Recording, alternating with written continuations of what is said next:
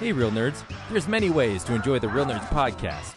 You can listen to us on Stitcher, iTunes, and now Spotify and iHeartRadio. You can see what we're up to around town by following us at Real Nerds on Instagram. And if you want to send us your thoughts, you can email us at realnerds@gmail.com or call us at 720-6nerds5. Like us on Facebook at Real Nerds Podcast or tweet us at Real Nerds. And now on with the show. Camera, action! Well, a real nerd knows who shot, and a real nerd can follow the plot, and a real nerd can... Doesn't talk through film. I'm sorry. Take it outside. Well, a real nerd knows who shot, and a real nerd can follow the plot, and a real nerd will give it all they got. Lights, camera, action! Real nerds. Welcome to Real Nerds Podcast, unofficially the best movie podcast in the world. I am Ryan. I am joined by Brad. Hey. Every week we see a new movie and we podcast our experience to the world. This week we saw The Beekeeper. I need to know if you have any honey. Stay tuned where we'll recommend the film or not, play the trailer, and then spoil the movie. We also talk about movie news and stuff we've watched throughout the week and other ramblings of nerd culture. Brad, I got to get this out of the way right now. Our friend Jerry sent us a Film Explosion list. And did you add it to our Film Explosion episode? Yeah. I don't remember you introducing it. Did you listen to the end? Yeah, it's the very end of the episode. Okay. So Oh. I was double checking. I'm doing some house cleaning. Yeah, it's weird you missed it. Like, yeah. I mean, it's not after the episode. It's like, yeah, shortly before it ends. Yeah. Yeah, I did I it. started listening to it again, and then after I, got into a spat with Corinne about how she, labels films, then it just all my things came back. How she put Puss in Boots at number 2 or whatever she put it at, and a blatant disregard for the rules of Film Explosion. As someone who's disregarded those rules myself, I can't say anything. I would be a hypocrite. I know. You know what, Brad? You're the reason that happens. You're the reason. Well, you know what? I'm proud of it. Because, You know what? You fuck the shouldn't be, rules. because you're a lying piece of shit Well, when you put doubt on there. to me, that movie came out in the year that I saw it. So you and your rules, lawman. Here's the thing. Is she purposely put it on there, even though that was definitely a 2022 film? But you know what? I saw Puss in Boots this year too. So if it had ranked high enough, if we did an 11 through 20, it would be on my list. Sorry. No. Why? That shouldn't even count. Because the holiday season, there's lots of films that come out. It's a 2022 movie. These fucking rule benders like you and Corinne make my life a living hell. American Fiction came out last year. So now I saw it on the 4th. I can't use it for this year's Film Explosion. No, you can't. And if Wow. it shows up on the Film Explosion, I'm going to call you a fucking cheater. Wow. That is not fair for American Fiction. A perfectly Now fine you know movie. how I roll. I'm freaking hardcore, dude. Freaking hardcore. What's wrong with you, man? Like, you used to be so chill. No, why are you getting so tough? Because Just movies, man. it's I saw The Beekeeper. I realized I want to be part of this, and I just can't take any shit from anybody. The system's out of whack, and you're here to correct it. Exactly.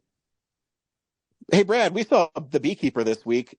Do you recommend The Beekeeper? The action is cool. The rest of the story, it's funny. Like, I read all these reviews online about how many bee puns there were. If there were, I didn't notice them. Like, I think I was so bored with the story that I didn't notice. But there are some pretty cool action moments. But overall, there's a reason it's here in January. Yeah. As I watched it, I go, because I like Jason Statham a lot. And I go, and I think I said, this feels like this is going to be a franchise, one that I'm not that interested in, but the action is really cool because David Ayer, I always like, whenever he has gun shooting, it's, hot pink and like blues and stuff. Yeah. So his films always have a really cool look to them. But getting to each action moment, yeah. It's like I wanted this movie to be dumb B puns, which is not prominent. And then like it also felt like, to me, it also felt like David Ayer signed on and then got bored with it. Like he just focused on the action parts, and then like the ending just feels like, let's wrap this shit up. Like, I know. Let's get to the credits. Just put the credits up. Here's the trailer for the Beekeeper. You're a blessing, Mr. Clay. This place was crabgrass and weeds, and you brought it back to life. Mrs. Parker and I were friends. She was like family. She was the only person who ever took care of me. I just got a message saying that there's a problem with my computer. Yes, ma'am, we got this. Yesterday, she shot herself. This is private property. Do you know what they do here? Scamming the weakest in our society. Buddy, I'm counting to 3. 1, 2, 3. There, I did it for you. No, you can't take it. No, you can't. I'm gonna burn this place to the ground. You can't take that away from me. Will you stomp his ass out? You're telling me one man did this. The only thing you know is he's a beekeeper. A beekeeper? Well, that's not good. Beekeepers is a special program outside the chain of command. I protect the hive. When the system is out of balance, I correct it. We have laws for these things. Until they fail, then you have me.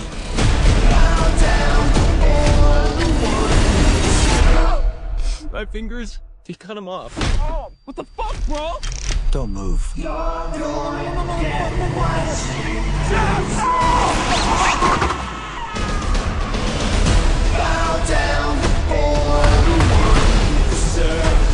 This is much bigger than a little phishing scam.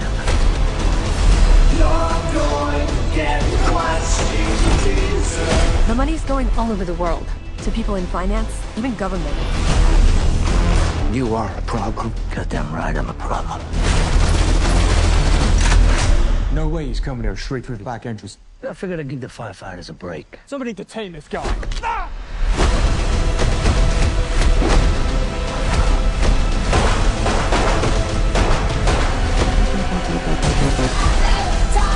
We have to kill him before he kills his way to the top. Honey? It's flammable as fuck. Who knew?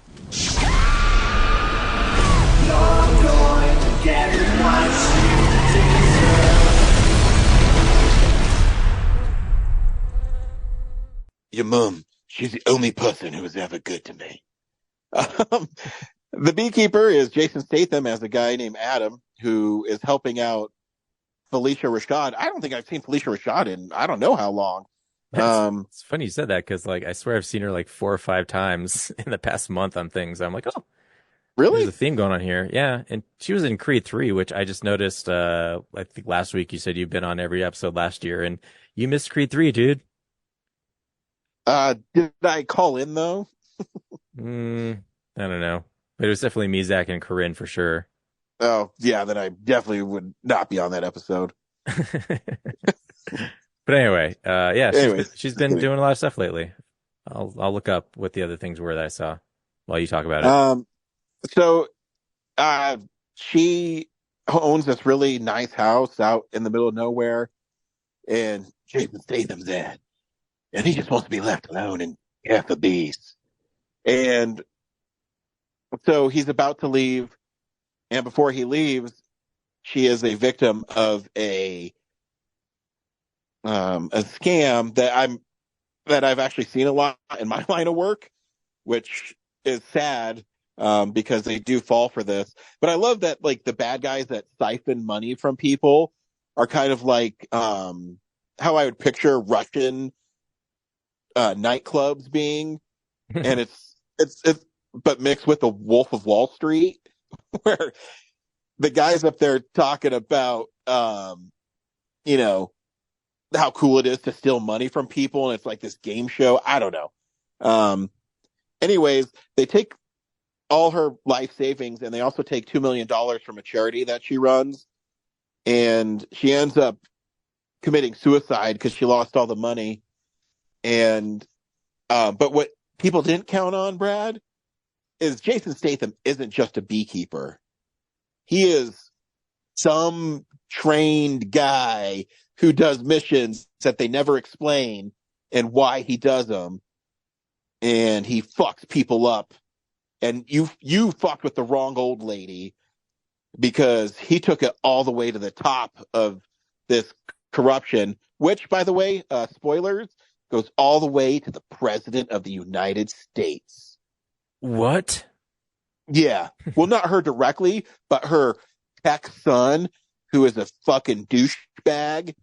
And, but he does drugs and drinks and bangs prostitutes. So he needs to be babysat by Jeremy Irons. Gee, I wonder where they came up with that idea. I know. A woman president, and she has a shitty son who drinks, bangs prostitutes. What ideas are they combining for this movie? So Jason Statham's like, fuck all these guys. And he goes and just kills them. And, that's the premise for The Beekeeper. Did you ever, I don't know if I just missed it. And here's the thing, is I did have fun in this movie because the action is really cool. The scene towards the end where he's fighting that dude who had the amputated leg is really awesome. Mm-hmm. But did they ever really explain who these beekeeper guys people are? Are they just assassins? I don't understand. They're just, I think Jeremy Irons said at one point, like, yeah, we have this program that I was once a part of, and it's to, the American Constitution is great and all, but Jeremy Irons was just part of the CIA. Was he part of the Beekeepers too? He was. He's in the CIA now because he was like, this program's getting out of hand. And he wanted to follow Lady President because he was like kind of crushing on her too. Oh, that's right. Yeah. Yeah. Then her punk fucking kid who he skateboards and gets oat milk lattes at work. I mean, who the fuck is this guy? Yeah. It's kind of like a dumbed down Mission Impossible movie. Sure. Yeah. I get. Yeah. I guess they would be the IMF. Yeah. Because I was talking to Laura and she told me, she said, you do a good Jason Statham impression. I said, yeah, because he never really has monologues. He just says 2 or 3 like words and then he kicks people's asses. So it's, not that hard to do. Yeah. The first cool part was in that, the barn on the property where, President's son, gives the okay, like move in on him, and they go into the barn, and like it's almost like Statham is Jason Voorhees. It's like, oh yeah, totally. You're right. That's hooks that guy. It's like very slashery. Yeah, like puts that guy's hand through the table saw, and I forget what else. Hangs that guy on the rope. Yeah, jams the pipe through that dude's throat. Yep. And why did he burn down the barn? to hide the evidence, because I guess he thought he was going to get away with it, which I guess he did. And the FBI lady whose mom was the one who killed herself, I guess when you're in the FBI, you can wear torn jeans and like a Harvard shirt. I'm like, wait, this doesn't. I guess you can wear whatever you want as an FBI agent as long as you have the coat over the top. Can the FBI guys with the army wear black backwards flags on their uniform? Like, is that allowed? Because it was really funny when he shows up. Like all the FBI like military unit is like planning how to block him from entering the premises, but he's just standing right in the middle of them, like as they're talking. That one dude has like that black backwards flag on his helmet. I was like, does that allow? Like, Pretty sure it needs to be the red, white, and blue on that one, but okay. Yeah, my biggest complaint about the movie is definitely the costume designer. But yeah, I guess yeah, and then I guess the decorum of those two agents was just like seemed to have a lot of leniency with professionalism there. Yep. But I don't know. You're right. It's like a January action movie, and the thing is it used to be Liam Neeson, but he's getting so old. At least Jason Statham still is pretty badass and can do a lot of the stunts and a lot of the martial arts in it. Yeah. So did you see it at Alamo? No, the Mills. Damn. I keep on forgetting to look for it. I saw it a couple days ago, but yeah, shut up, Siri. There was a trailer for a movie before it. It's called Gymkata, and it combines gymnastics with karate. Have you seen it? I haven't seen it, but I've definitely heard of it. It's just hard to get a hold of. But yeah. Yeah, man, I was hoping it'd be like on Prime or something, because they had what's the trailer guy again? Dang it. From like the 80s? Yeah. It's like Lust something. Yeah, but it literally said from combining the world of precision of gymnastics. Don LaFontaine. Hitting. Yes. And the hard hitting of karate. It's like, yes. I need to see this fucking movie. Yeah, no, it's once I get it, yeah, it's on my list. That's one that like Shout Factory needs to put out or something. Totally. Or Vinegar Syndrome. Or like Vinegar that is Syndrome, right yeah. up their fucking alley with, Miami Connection and New York Ninja. Come on now. Yeah, How This Get Made did an episode on it, but yeah, it's hard to get a hold of. Like Adam definitely saw it. Fuck. Yeah. But yeah. Anyway, yeah, back to the movie. I also thought like Josh Hutcherson just getting shot in the head was like, everyone else got like slaughtered and he just gets like a bullet to the head. Like, and he's like the puppet master of everything. Like, come on. And why did he want to kill his mom? Because she's going to tell him on him? Like, Yeah. I don't know if that's the reason I'd kill my mom. It was surprising, like his mom was ready to like leave the presidency to like protect him, and then yeah, just he's all gonna kill it. Yeah, he's just like that. I don't know. I'm just curious, like who wrote this, because it just like, feels like they had like it out for a certain president's son. Like, let's just make him as shitty as possible. Like, let's combine Hunter Biden with some other shitty fucking person. It's like this huge alt-right fantasy movie. Yeah. Anyway, yeah. Yep. That's it. It's fun. If you have nothing else to do, there's no arc for Statham. Like he's just a brute force guy who like runs through the movie and kills everybody and has no personal like growth. Nope. Just killing people. It was just so funny when like he escapes and he puts on the scuba suit and the movie just like, goes to credits and you're just like, I know. All right. He did the job. I was disappointed. I wanted him to kick more ass or something. I don't know. Yeah. Or get like recruited to something else or set up something else. Yeah. It's just like, even Jeremy Irons dips out. Like, I know. He got his like finger broken. He's like, ooh. Owie, like, owie, owie, and then disappears from the movie. That's not very scarish of you. Yeah. So, yeah, putting the credits just felt like the own filmmakers were just like, cool, we're done. Moving on. Next. Sweet. Hey, here's the big movie news this week. It's real news! Well, the big news is going to be tomorrow when they unveil the Oscar nominations. But today, some sad news. Norman Jewison passed away.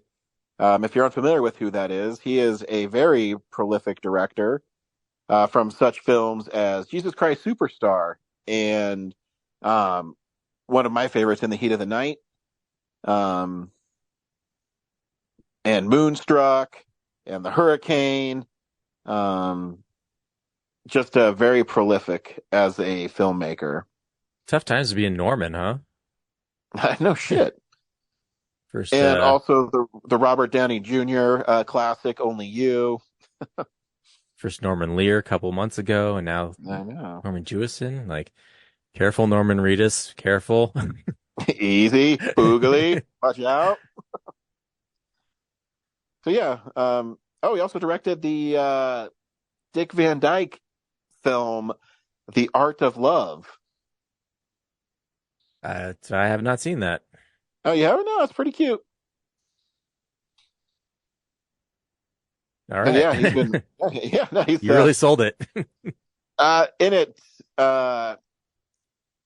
my boy Dick Van Dyke fakes his own death. He's an artist, and when he fakes his death, his art becomes more valuable. Okay. Yeah, it's a fun one. Yeah, and the other big news today is they are deep into pre-production on a new Jurassic World film that, according to sources from the Hollywood Reporter, that it might be on track to make a 2025 release date. So it's not going to have any of the Chris Pratt's or Bryce Dallas Howard characters or any of the old ones. It's going to be another new era, I guess, for lack of a better word. Well, hopefully they have something new to say, because they kind of ran out after Jurassic World. Yeah, we'll see what they got. Hey, I'll always see dinosaurs kill people. Yeah. It's kind of fun. It's our assignment. I gotta be there. Yep, you got a choice. Speaking of our assignment, we watch films throughout the week in a segment I call "What We've Been Watching." So, yeah, this is the stuff we've been watching. You like my dramatic pause there? That was some Don LaFontaine pause right there. Nice. In a world where you see a movie every week. So again, this week, Brad, I really didn't see anything new. I've been playing The Last of Us Part 2 Remastered, but I did spend some time with Kellen showing him a couple Disney movies that he hadn't seen. He didn't see The Jungle Book, which I swore I've shown to him, so it makes me as a failure as a father. Well, he's got a child's brain, so like I can't remember stuff from when I was his age. So yeah, but he loved it, of course. Started singing The Bare Necessities. It's a cute film, well animated, moves really quick. I think it's like 70 minutes long. Is a favorite of mine growing up, and it's kind of cool to enjoy it with him. We also watched Hercules, which is kind of a forgotten film, you know? And I always thought the animation in it was so unique and cool. It came out when I think Disney was stuck in we're going to make this self-referential like Aladdin and still make it a musical, and we're trying to get to a more new style of animation. But the movie's really fun. I'm not entirely sure I've seen it, actually. Really? It's it's a bummer that James Woods is who he is now, but he's really great as Hades in it. Danny DeVito plays Hercules' trainer, Phil. And so he's a really fun character in it. And I mean, maybe some of my favorite parts is they take kind of like the chorus from plays, and it's these women, and they sing kind of the plot of the film like they would in Shakespeare plays, but the art style is Greek that is on the side of pottery and stuff, so it looks really cool. Yeah. It's a really great looking movie, and so that was really fun. And sometimes I don't know if I'm the coolest dad or the worst dad, but Kellen has been saying he wanted to watch a zombie movie, so I struggle with, you know, the intense violence that zombie movies bring and wanting him to be entertained. So we watched Zombieland, and he had a lot of fun with it because the zombies in it, yeah, they're scary and there is a lot of gore. They're not It terrifying. really, yeah. The only part that I was worried about is when he's in the apartment with the girl across the way. Because that part is a little scary when she's like trying to bite him through the shower curtain, and but he had a lot of fun. Definitely the scariest scene for Johnny Depp. That's probably what he lived every day.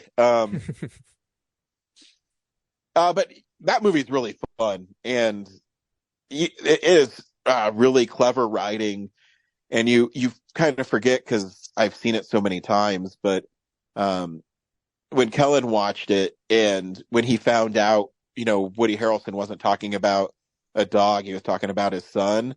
Kellen says, "Oh, that's really sad, Dad." I said, "I know, you gotta, that's why, zombie apocalypses are terrifying." But then he had really fun when they went to Pacific Playland, and he says, he was laughing when he was killing the zombies on the roller coaster. And I said, okay, he gets it. He understands the assignment. He understands the movie. So it was fun. And that's all I watched this week. I just decided to show my kids stuff I liked. Brad, what'd you watch? Yeah, I was trying to figure out, like, I saw Zombieland also recently, but I guess it wasn't that recent because it's not on my diary, like, after, like, November. Anyway, yeah, so, let's see. I saw Soul. Pixar's doing, like, a release of their movies that they put out during the pandemic that missed the theatrical window and went straight to streaming. They're putting them out theatrically. So, first up, they're doing one a month. So it's Turning Red in February, and then, Luca in March. And first up was Soul, so I got to check that out, and that was cool. Soul's a great movie. Yeah. Although, like, I don't know, like, it didn't hit me as hard as it did last time when it first came out. So it felt like a little different. Yeah, I mean, you'll lose some of the impact. Yeah. Like, Kellen loves Luca. In fact, this is how I know, I rub off on my kid. He loved Luca so much that when we were at Best Buy 2 months ago, they had the 4K there. And he said, "Daddy, will you buy this just in case Disney takes it off Disney Plus?" I'm like, he's learning. Yeah. Wow. Because I bitch about it all the time. And I know, Laura tells me. No, just kidding. I go, my kid's learning. Why we have to keep things. Anyways, you can go on. You're passing on the right lessons to the next generation, Ryan. Congratulations. Yes. Thank you. So, like, the next thing I saw is super weird. Have you ever heard of a movie called The Dark Backward? No. Definitely should be a Vinegar Syndrome or a Shout Factory movie. So in 1991, there's this movie called The Dark Backward about a comic who grows a third arm out of his back. Huh? And it's starring Judd Nelson as the comic, Bill Paxton as his friend who is zany, insane, and plays the accordion all the time. James Caan is in it as a doctor. Yeah. Wayne Newton is their agent. Oh my God. Yeah, I'd never heard of this movie until I came out to the Alamo here. And it's terrible. But like, for the budget they had and like what it's trying to do, it's actually sort of impressive. But it's tough to sit through. Trying to look for a runtime on this because it felt like 2.5 hours. But yeah, it's this really demure comic who has terrible jokes. Doesn't make a splash, doesn't have like a huge personality. And then they're both like outside of that, he and his buddy, they're both like trash collectors. Uh-huh. And it's like this gross trauma world that they live in. Once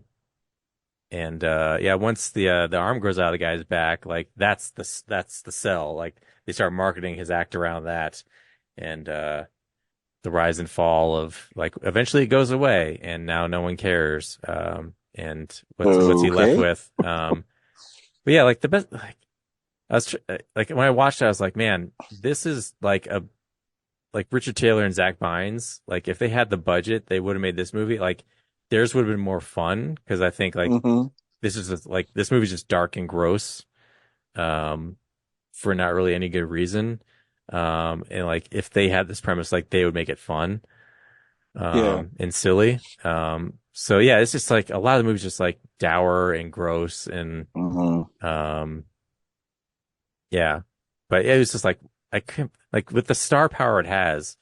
No shit. It had this introduction by like I guess they're doing Weird Wednesdays at the Alamo, so like it had an introduction by this guy who really knows about the movie, and they're talking about how Adam Rifkin is the director, and he just happened to be going to like comedy clubs at the time and like knew some people, and they were like, oh yeah, we can get the money and just make this movie, and it's like a movie where there wasn't like studio notes, so they just got to make whatever they want.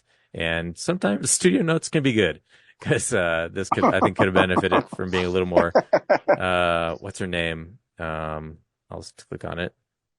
Laura Flynn Boyle is in it, and oh yeah, Rob Lowe's in it. Billy Bob Thornton's in it. Yeah, it's just like all like they just convinced these people who didn't want to do it, and they just kind of like it's just like some pet project dream that happened, and yeah, I wish you'd seen it because I have more to talk about. But anyway, I'm talking about too much about it. I'll move on. Also in the oh yeah, Ed Wood got released at the Esquire. Yeah. Yeah, I'd seen it once before, like when I was working at the video store, and then like I think it's the first time I've seen it since then, and like, you know, I think it might be like quality wise Tim Burton's best movie. I don't disagree. I mean, my favorite Tim Burton movie is Pee-wee's Big Adventure, but yeah, but I'd argue that's not really like his thing. Agreed. Like, I guess Ed Wood really isn't his thing either. It's like someone else's life, but like for a Tim Burton movie, I'd go with like Edward Scissorhands or Beetlejuice. Like that's like 100% their thing. But yeah, Ed Wood, like I forgot to check on it. Did Martin Landau win an Oscar for his performance as Bela Lugosi? Because that dude steals the show in this movie. I believe so. But you know what's great is I can look while you talk about it. Yeah. But yeah, if you haven't seen it, it feels like it's like a Tim Burton movie that just has kind of been swept under the rug. Doesn't quite enter the consciousness as a lot of his other stuff. But yeah, it's his biopic of the life of Ed Wood, who made Plan 9 from Outer Space. And it's really cool. It's like in black and white, and it just Johnny Depp is Ed Wood, and a lot of the performances. He did win Oscar for Best Supporting Actor. Yeah, he should. Like he's just like he's the soul of that movie. Because yeah, it's about like Ed Wood trying to break into Hollywood and make movies, and you know the movies are terrible. But like he's also kind of an enabler for Bela Lugosi, who has a drug habit, and Ed Wood kind of through his pursuit of making these movies helps Bela Lugosi for a large chunk of it stay hooked on drugs until finally he finds a way to turn Bella's life around, and yeah, it's just a great movie. Yep, agreed. And let's see, I clicked away from it. Yeah, the last two things I saw are in theaters now. I saw ISS, which is the space station movie, which I think has a great premise of like, you know, you got 6 people, they're stuck in outer space and nowhere to go, and their governments tell them to turn on each other. The movie itself probably could have been an episode of Star Trek. Really? Yeah, it's very small, you know. It's you know, it comes down to, is anyone going to follow orders? And one of them does.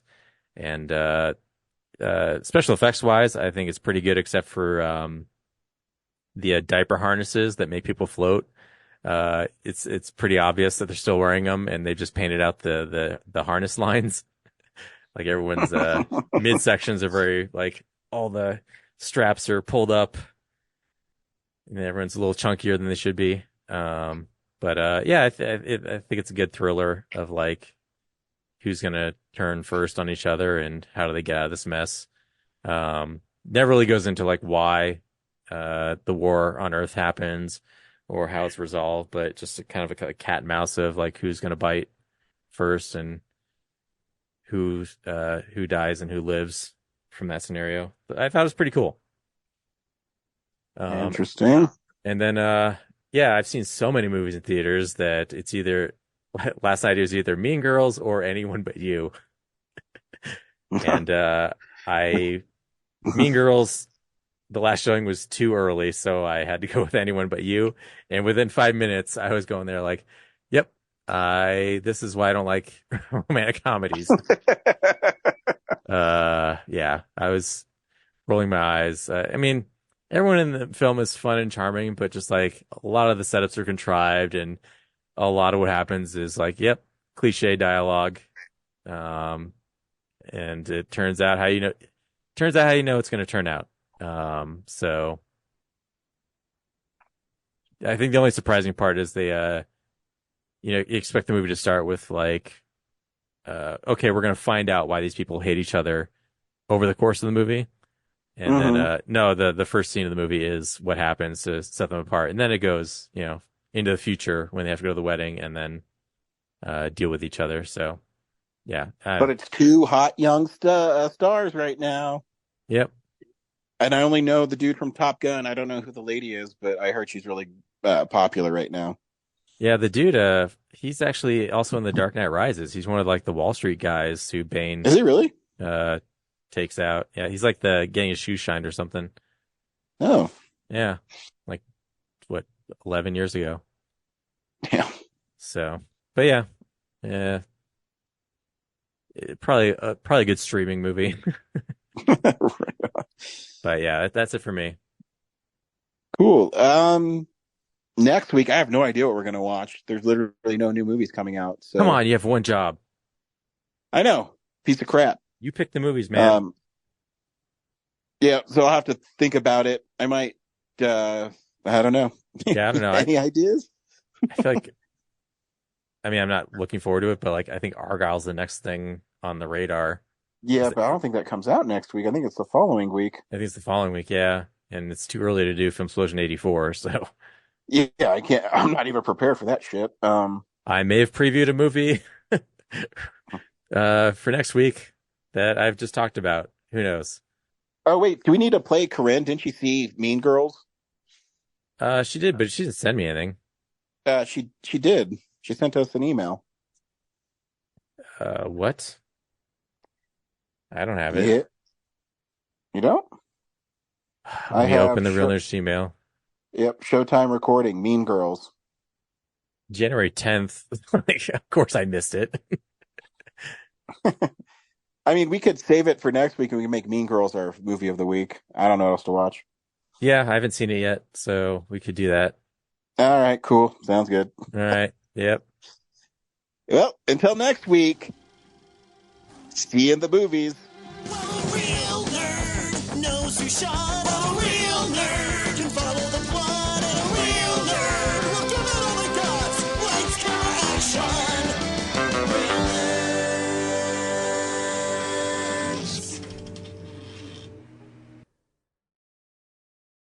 Thanks for listening to Real Nerds Podcast, a Nebulous Visions production. Stream or download episodes, read articles at realnerdspodcast.com. Stream us on Apple or Google Podcast, Stitcher, Spotify, or iHeartRadio. Follow us on Facebook, Real Nerds Podcast, Twitter and Instagram at Real Nerds. Watch us on YouTube, Real Nerds Podcast. Email us at realnerds@gmail.com. Call us at 720-6nerds5. Thank you to Sparks Mandrill, Mike at Plan 9 Studios, and Bolognium for all of our groovy theme songs. And that's how you fucking do it!